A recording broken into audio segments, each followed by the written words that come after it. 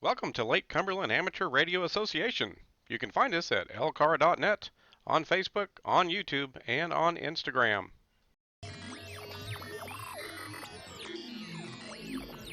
If you're enjoying the videos we're producing here at LCARA, please help our club out by hitting that subscribe button. Also, give us some feedback on our videos. Click the like button, share with anybody who may find it interesting, and be sure to hit the bell icon to make sure you get notified of the next video release. Well, hello folks, this is Chris, KY4CKP. And this is a topic that KY4BDP Brian and myself, and of course many others, have wanted to cover. And Brian and I wanted to kind of put our take on this. And I think these days, while many of us may have some extra time on our hands, uh, and maybe looking for something extra to do, we may want to look into either getting our ham radio license or maybe even upgrading our ham radio license. And so we just wanted to talk about some of the resources that are out there. It's never been easier to get your ham radio license than it is today. The resources that are available and the testing capabilities, of course, right now, studying for the exams, what might be something we could help to fill our time, we may have to wait at least a little while before we can go out in person and take the exams. But we wanted to cover some resources that we can use to, again, either get licensed or upgrade our license and share some of those with you, some of our favorite things. And there's lots more out there. We're just going to cover a few of the things that we have used personally and that we like. And hey, what's going on? What's happening here? This is Ham Hacker Randy. Where'd everybody go? I'm going to jump in on this video. These nuts, KY4BDP and KY4CKP, are going to try to tell you something about going to the government to get some kind of certificate just so you can be on the radio. I haven't had a certificate to be on the radio one time. In fact, I got a secret carrier bees. All I got to do is take my bees to my neighbors and they'll fly back to my house. They just got to tie a little message to their little legs. Works every time. Of course, you do get stung occasionally. Ooh, I better go. All right. Well, we're back. And we do beg your pardon for that interruption from that character, Ham Hacker Randy. Don't be a ham hacker, Randy. Yeah, you do require a license for ham radio not only in the United States, but in most countries around the world, if not every country. So we just wanted to cover, we'll get back on track here. We just wanted to cover some of our resources that we have used personally. And again, there's many more out there. And use your search engine of choice. You can find a lot of these things. But just to give folks at least some ideas and point out some of these resources. So one of the first things I want to talk about, let's hop over to the LCARA website. Here we are, LCARA.net. This is our Lake Cumberland Amateur Radio Association website. And lots of resources here. And we've always talked, Brian and I have always talked about finding clubs in your area, maybe checking out a couple of them if you have choices, and consider joining a club. There are just so many benefits to joining a club. The camaraderie, making some new friends, hopefully projects and things as we are trying to show with LCARA and again, for Brian and myself being newer hams, less than 2 years, and showing that perspective. But the wealth of knowledge, and that can include resources and helping to get ready for the exams, encouragement for the exams. Some clubs even have study sessions and things that they'll help do. And then as you can tell here with LCARA, you see we have a section here on our homepage. It's called VE Testing. And we have a couple of places, VE Testing information. And once you become a ham radio operator, general class or extra class, you can become a volunteer examiner, a VE, and donate your time back to the community and help give tests to help other folks become licensed hams. I've done that myself. Brian is looking into that as well.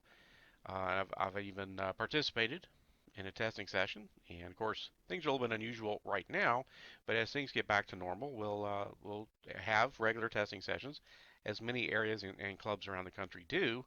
And you have the volunteer examiners who donate their time back in to help provide those tests.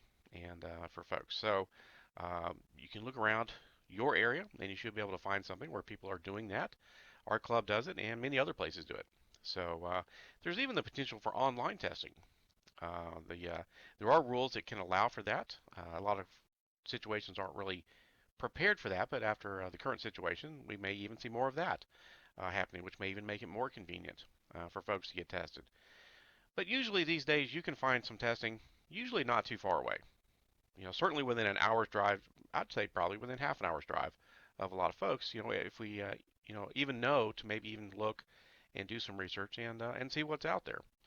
So that's part of it is finding some testing and folks that can help you, and then they can potentially provide you with resources. Your local ham club can help provide you with resources as well. Now, one of the other things I wanted to cover, we're just going to run through some resources here, is of course, get your hands on a copy of the ARRL, the U.S. band chart. For here in the United States at least, or for whatever country you may be looking for. I'm sure there's going to be resources that can help you for your country. Here in the United States, get this band chart because, and just kind of start to study it because it's just going to help you learn what bands are available and what areas of the bands are available, and that will help you not only just you know satisfy some of your curiosity and interest in ham radio, but also certain aspects of certain questions on the exam. It never hurts to know the ranges that are available, whether you're a general licensee or a technician license or an amateur extra license. And they even have grandfathered in some of the older designations like advanced, which has generally about the same coverage as a modern extra, pretty close in most cases at least. But it doesn't hurt to get this band chart. You can get these for free, or you can order or get a laminated copy or something like that. But just study this. It's a free resource, and it's just a little bit of a resource that can help you understand the different bands that are out there and at which level, which license level, tech, general or extra for the modern levels, and where you can participate. And you might be surprised that even with a technician license, see here a T. Anytime you see a T on the chart here, we're pretty well used to 70 centimeter and 2 meters. Sometimes folks don't realize there was another band that just hasn't been as popular in modern times, 1.25 meters. I have some equipment that can do 1.25 meters, and technicians have access there just like they do 2 meters and 70 centimeters.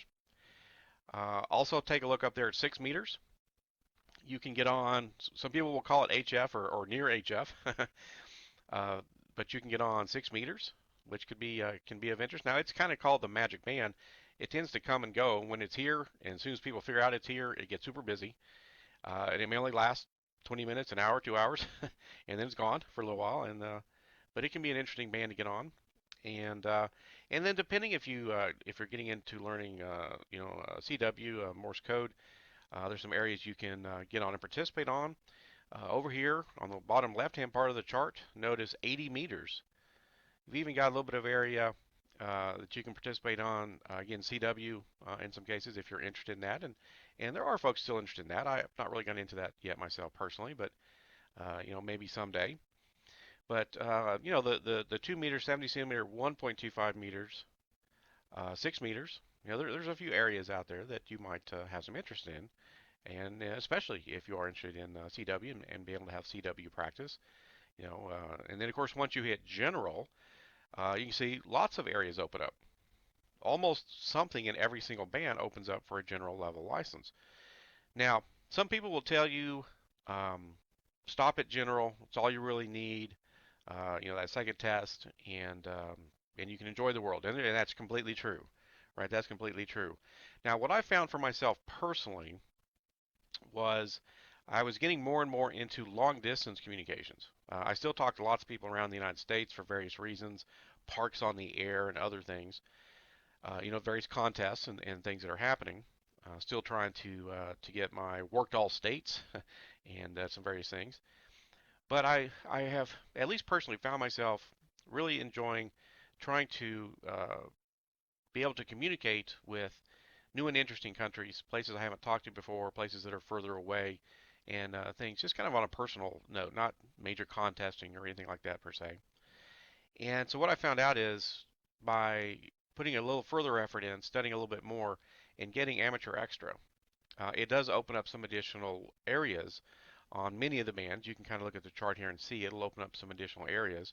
Not always a whole lot, but a little bit of something.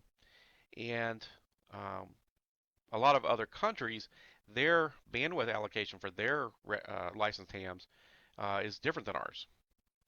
I work and enjoy talking to some folks in England and a lot of other countries, and their allocation is not the same as ours. They might be able to go lower than we can go, and then conversely, some of the times we can go higher than they can go, even if they're at the top license for their region or their country. And so it opens up a little bit more when you go to amateur extra, when you're maybe getting into that side of things. But general, and I was general, of course, for a good while, almost a year and a half. You can still explore the world. It does open up a whole lot and gives you plenty of time to explore. But you've also got the other folks that are going to say, the second you pass your general test, they're going to say, well, when are you going for extra? It happens to all of us, I guess. And that's fine too. You certainly don't have to. But again, with the materials we're going to be covering, it's easier than ever before. They dropped the CW portion for good or ill, depending on your opinion. They dropped that years ago, and the resources today are just tremendous to help us get licensed. So having the band chart is something I think we should have. Learning the NATO code, I didn't bring it up. I could search for that real quick. In fact, while we're here, we'll just do a quick resource search because that's something else that I did. Certainly personally, the NATO alphabet is what we use for um, amateur radio. And I got a chart. I could go find mine. I found a chart that I liked. It happened to show like the cuneiform or the cuneiform, the flags, and what the Morse code and stuff would look like. This might be a little bit fuzzy. In fact, this might have been the one that I downloaded a local copy of it. Um, it was one very similar to this anyway, and it kind of shows you what the CW would be, and of course the letters and the flag codes and all the rest. But you might want to get one of these. And I just because many years ago, many years ago, I won't say how many, but it was many years ago. When I was in Cub Scouts and that kind of stuff, did just a little bit of this kind of stuff. Never took it very far, and in my life, um, just didn't serve in the military, and so I hadn't learned this kind of thing, military or police, and police kind of have their own variations on some of this.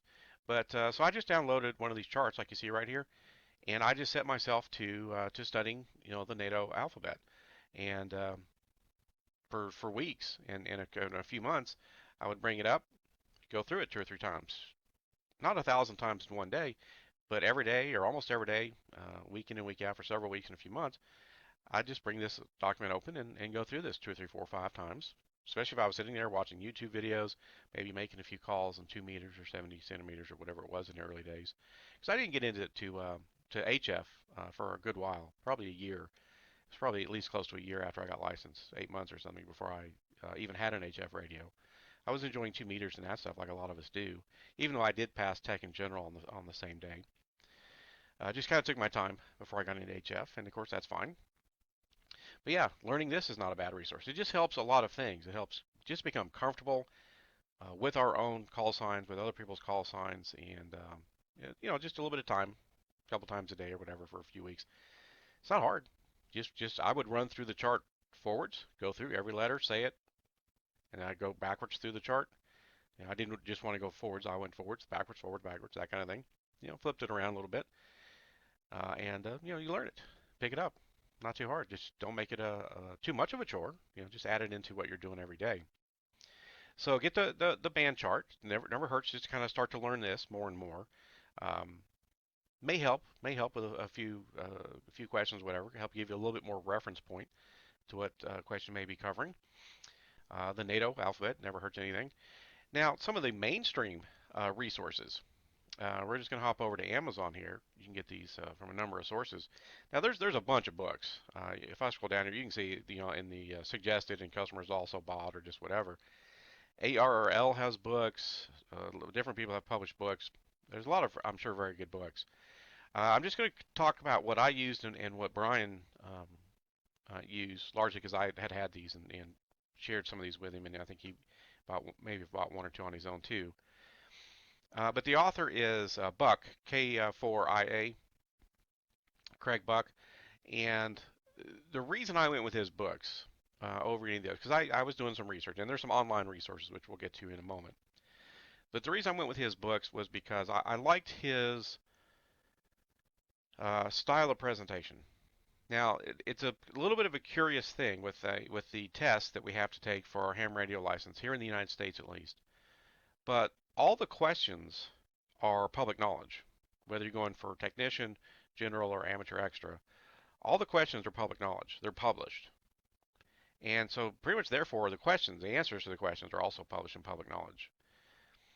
Um, so when you go to take the exam, the day you take your exams, it's not open book, but all the materials are available, completely available for you to prepare for the exams. Well, the thing I like about the way Buck does it is all he puts in his books is the question and the correct answer. You know, most classic materials will have the question and they'll, it's a multiple choice exam, and so they'll have, four potential responses, only one of which is correct. But the thing that Buck says, if you decide to take a look at his books, and I agreed with his philosophy was, why do you want to even put incorrect information into your brain? Like if you're reading a typical book to study for the exam, if it's an actual exam prep book, there's plenty of just good content books out there covering all kinds of aspects of radio, HF, UHF, VHF, antenna making, all the rest of it. But if it's a study book, why would you even put any incorrect information into your brain?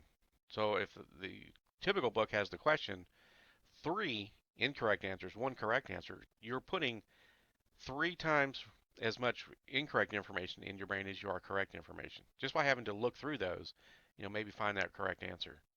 So the way he does his books is he puts the question, and all he puts is the correct answer. And when you study that way, at least for me, it seemed to work really well, and for again Brian, KY4BDP, it really helps that correct answer stand out when you go to take the test, because you read the question, hopefully you've studied enough that it rings a bell with you, and you start to look at the answers. The incorrect ones are not going to be familiar to you at all. Your eyes never really saw those or any version of them, right? But that correct answer, or at least a pretty close version of the correct answer, should stand right out to you. That's how he does his books, and that's why I liked his philosophy, and that's why I got his books, and they worked very well for me. I did end up passing Tech in General first time I took them on the same night. I hadn't really studied for extra yet that night. I went ahead and tried the extra exam, failed miserably, but at least I got to see the exam, kind of see what it was all about. And then when I was ready for extra, year and a half or whatever it was later, got the extra version of his book, studied that, passed it. Now I didn't get perfect score, but I got a good strong score. Um, so first time pass every time. And of course you can retake the exams if you ever need to. It's not at all the end of the world if you don't pass the very first time on any one of these.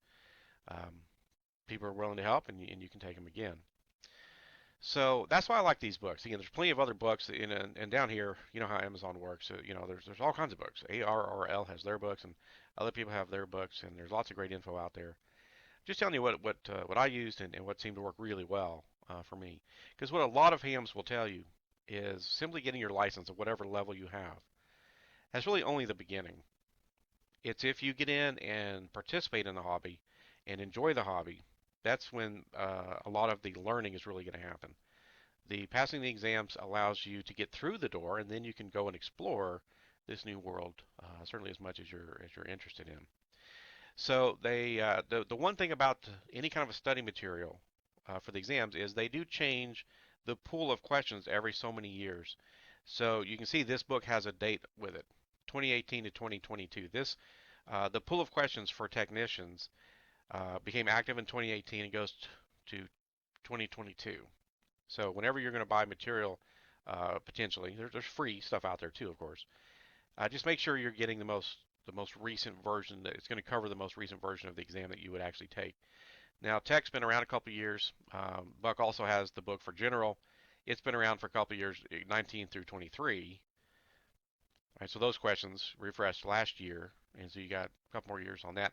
The one where right now in 2020 is extra. And again, I had all three of these books. They may be laying around, but you can see they're not very expensive.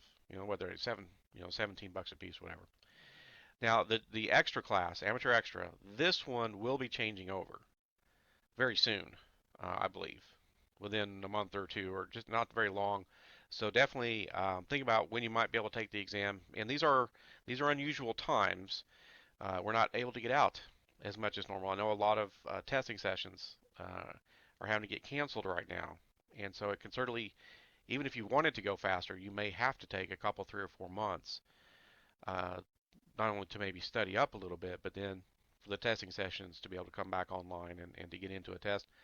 So, and you may not be ready to jump straight to extra right away anyway, and that's okay. But if you are interested in extra, make sure, because you see the book is 2016 to 2020.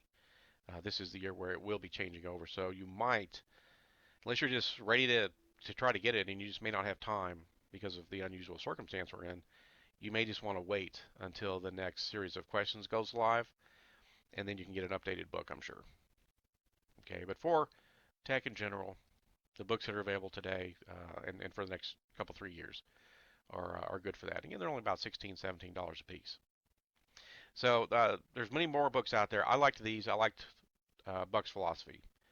Show you the question, only show the right answer, and it should help you see those right answers when you take the tests. And it has worked for a lot of folks and worked for Brian and myself. So plenty of good books. All right, that's another great resource, and they're not real expensive.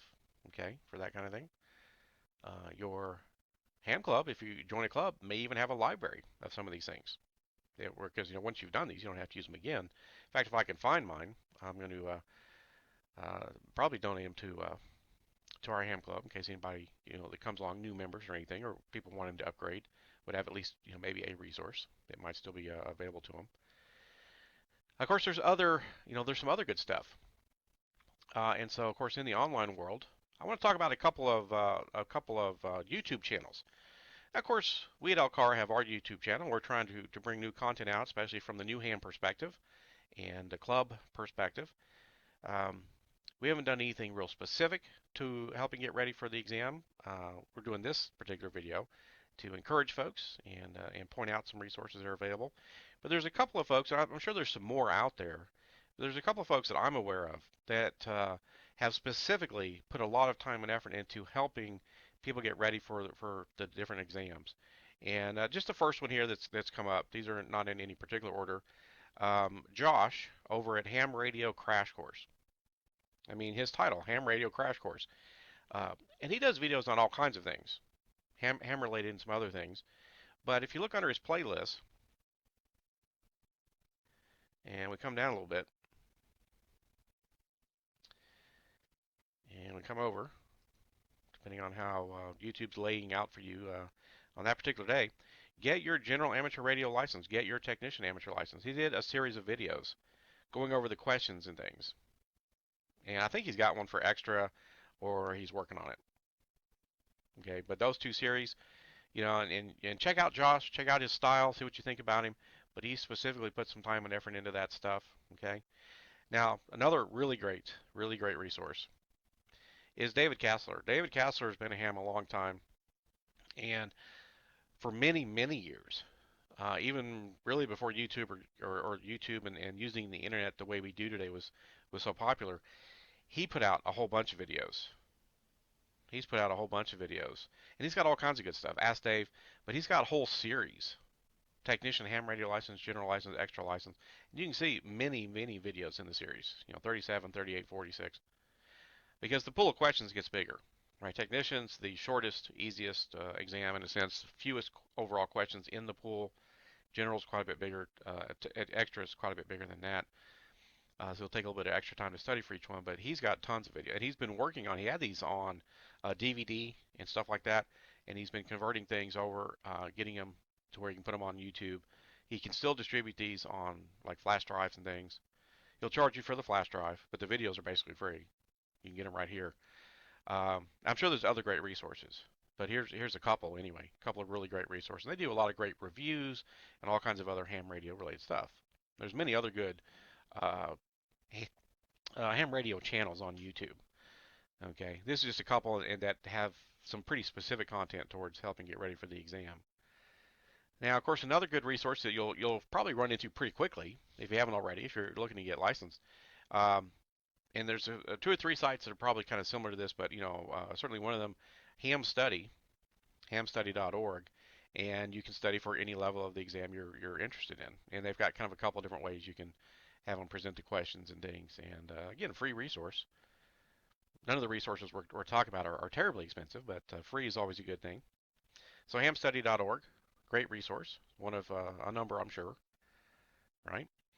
And of course, we talked about maybe getting the NATO alphabet and just studying that and to where you know the call sign of the alphabets well. So that's pretty much it for this video. Just wanted to cover some of the resources that are out there that are popular and that KY4 BDP and myself have personally used to help with our adventures in ham radio and getting our license. And like I said, don't be a ham hacker Randy. You do have to get licensed. Now, if you want to play on some radio, um, you know, 11 meters, CB radio, 11 meters, and there's nothing wrong with that. Inexpensive equipment and does not take a license. Okay. If you want to maybe step things up a little bit and go into a little bit more formalized area of radio that gets a little more towards the scientific side of things and open up more of the world potentially, especially if you get into HF radio, go ahead and get your actual amateur license. So that's pretty much it. Just wanted to cover some of these resources, especially now that we may be looking for some ways to fill our time, although some of us are still able to work in some capacity. Um, you may have to wait a little bit for the testing, but you could start spending some time on some of these resources to study and be ready for your testing once things open up a little better. So that's pretty much it. This is Chris, KY4CKP, for Lake Cumberland Amateur Radio Association 73.